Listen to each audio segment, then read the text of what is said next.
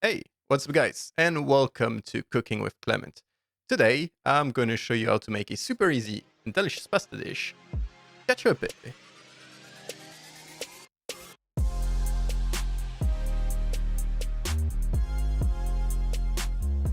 Today, we're talking about another one of my obsessions, cooking. I'm no expert by any means, but I know a thing or two, and I'll share with you what I can to help you level up your cooking game. One type of cuisine that I enjoy the most is Italian, and that's probably the one I have the most experience with. You'll probably see that over the next few episodes of Cooking with Clement. Also, when I was in uni, 80% of my diet was pasta. So I know what I'm doing when I'm talking pasta.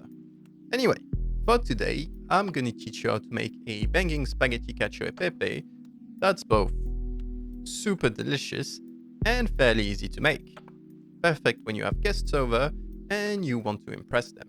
And to make it even more appealing, you only need about 4 ingredients. So it's not one of those recipes where you need a super long list of groceries before even getting started. Alright, let's get started. To make the most out of this dish, I would recommend buying some high quality ingredients within your budget, and I would start with the pasta. If possible, look for bronze die-cut pasta. They will have a different texture compared to cheap ones. They are a bit rougher, which allows them to catch the sauce better. I decided to go spaghetti because it's the best pasta shape in my heart, but feel free to go with whatever works for you. We'll also be using Parmigiano Reggiano. This one is 22 months of age, and we'll also use freshly cracked pepper and a bit of butter. And that's the list of ingredients.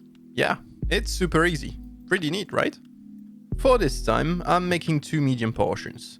For this, I'll be using 200 grams of pasta, about 50 grams of cheese, a bit of butter, probably around 20 grams, and black pepper to taste.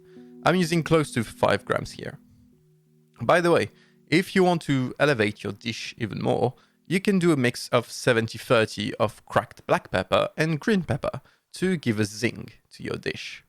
You can knock out this recipe in close to 15 minutes, so you don't even really need to prep in advance. I'll show you how. First, boil some salted water for your pasta, and while you're waiting for it to boil, now you can start with the prep.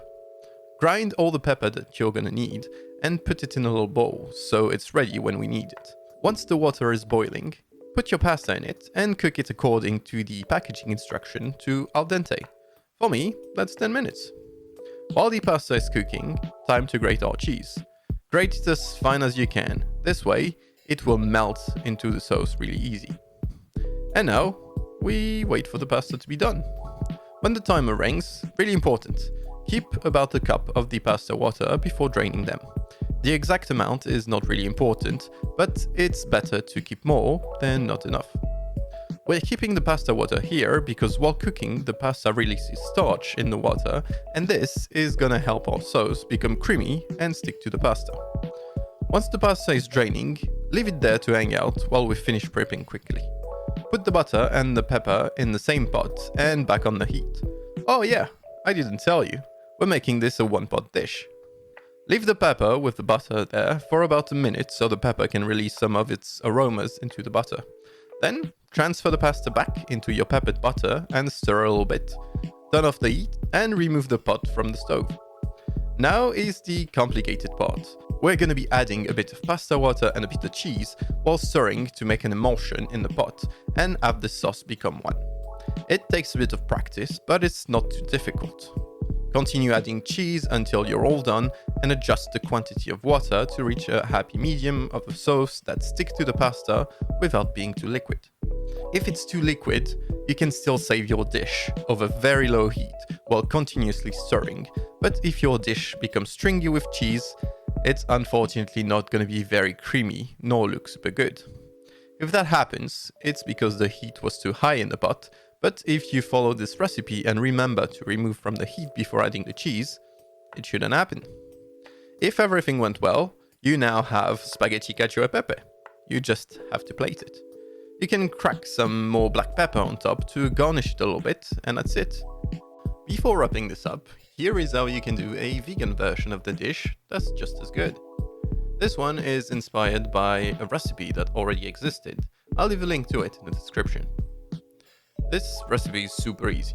Just combine 100 grams of cashews soaked in hot water for 15 minutes, 5 grams of pepper, 5 grams of salt, about 25 grams of nutritional yeast, the juice of 1 lemon, 120 milliliters of water, 5 to 10 grams of miso paste, that's about half a teaspoon, and finally about 50 milliliters of your pasta water. Blend all that together, and that's actually it. Just pour the sauce into the pasta, mix, and serve. I love this dish. It's creamy, it's cheesy, it's savory, and with the pepper, you get notes of spice. And everything goes super well together.